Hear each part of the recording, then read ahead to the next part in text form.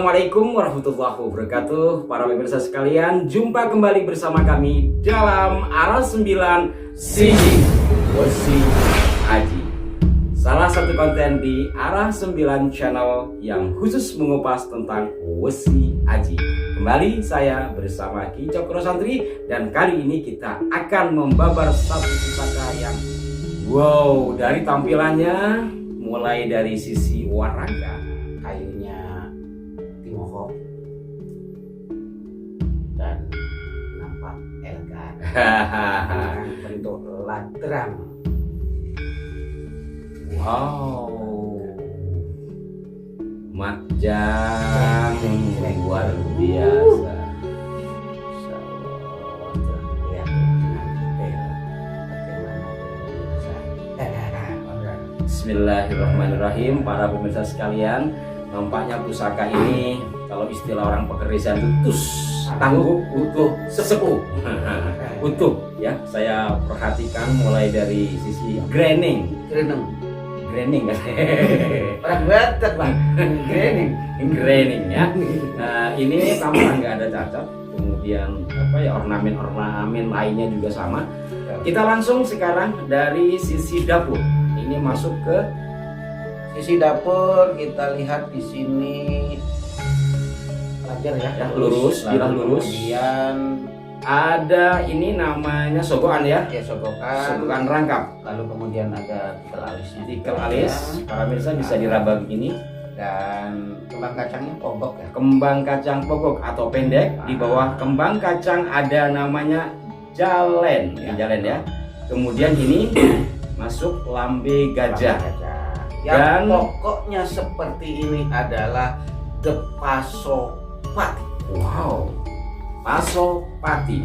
Dari namanya mengesankan ini memiliki nilai yang dahsyat. Bisa dijelaskan gini. Pertama secara filosofi dulu. Filosofi keris Pasopati itu apa?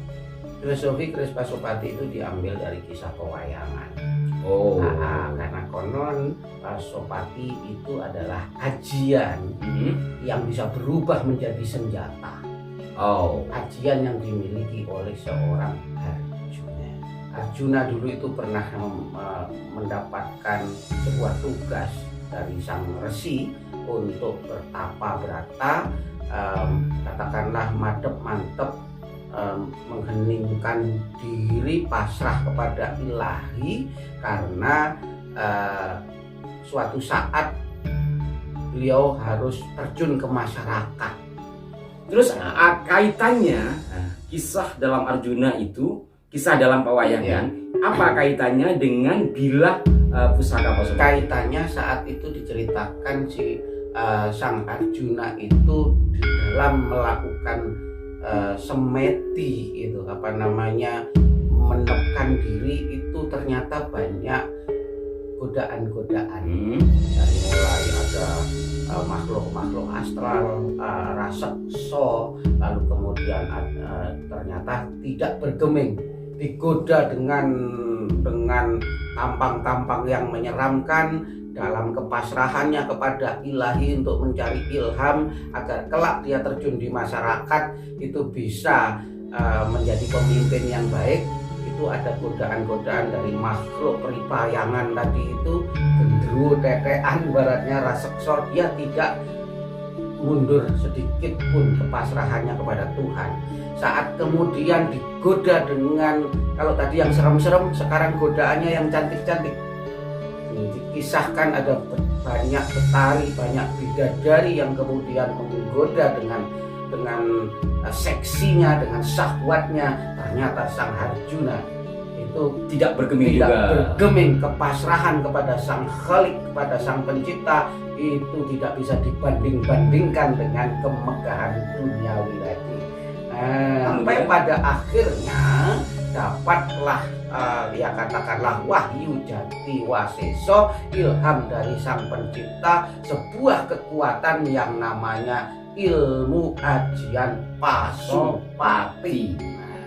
Yang saat kemudian digunakan dalam keadaan-keadaan tertentu, Pasopati itu bisa energi tuah yang diberikan oleh ilahi itu bisa menjelma menjadi apa saja, baik pusaka yang berbentuk fisik maupun pusaka batin. Jadi kalau dikaitkan, Pasopati memiliki makna filosofi keteguhan jiwa dalam dalam menghadapi berbagai macam cobaan. Betul. Jadi kesatria gitu ya. Kesatria. Ini panglima atau jenderal cocok pegang ini kayaknya.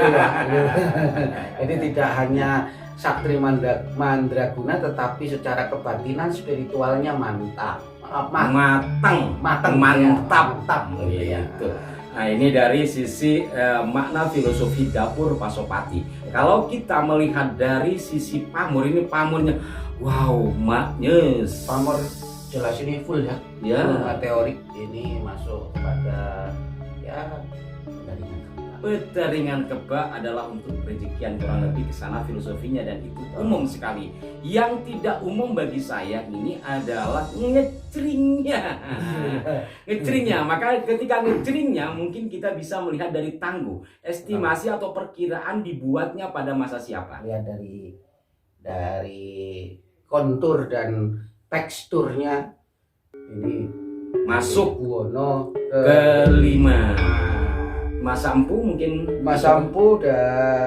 ini estimasi ya, kembali kepada tak sengguh atau tak estimasi.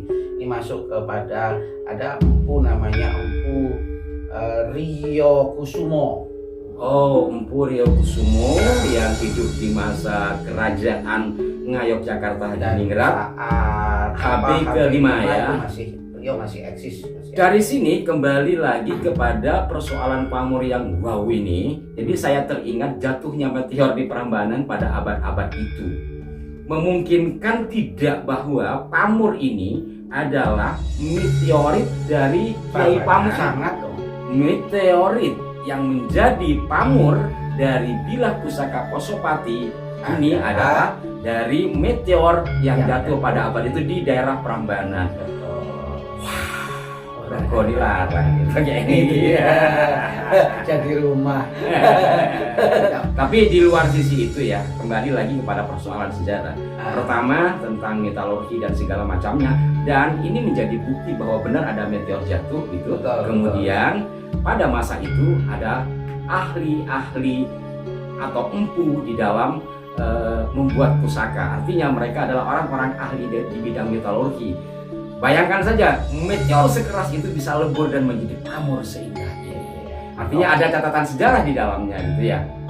Selain adalah pesan-pesan agar kita, kalau kembali lagi pada penjelasan Ki Cokro tadi, agar kita sebagai hamba Tuhan benar-benar menjadi pengabdi Tuhan. Iyaka na'budu, kepadamu kami mengabdi. Namanya pengabdi kan tidak boleh goyah, harus Pasopati. Dan dari Pasopati inilah mungkin nanti mengeluarkan sebuah kekuatan besar sehingga bisa dimanfaatkan untuk apapun, kurang lebih ke sana kan. Gitu ya. Kok jadi saya yang ngomong ini? Saya semangat karena wow. Pemirsa juga boleh memberikan tanggapan di kolom komentar. Monggo kita sharing bersama ya. Kita sama-sama belajar, kurang lebih seperti itu Ki Cokro ya. Baik, Ki Cokro, barangkali ada pesan buat para pemirsa kita. Pesan saya tetap jangan bosan-bosan untuk selalu menguri-uri budaya Nusantara. Budaya apa saja, budaya Indonesia itu penuh dengan keindahan, termasuk budaya tosan, aji, dan pusaka Nusantara. Ya pemirsa, kita sebagai manusia berbudaya maka harus tetap merawat budaya, karena budaya merupakan cermin jati diri bangsa. Sampai jumpa para pemirsa sekalian, ditunggu komentarnya di kolom komentar. Wassalamualaikum warahmatullahi wabarakatuh.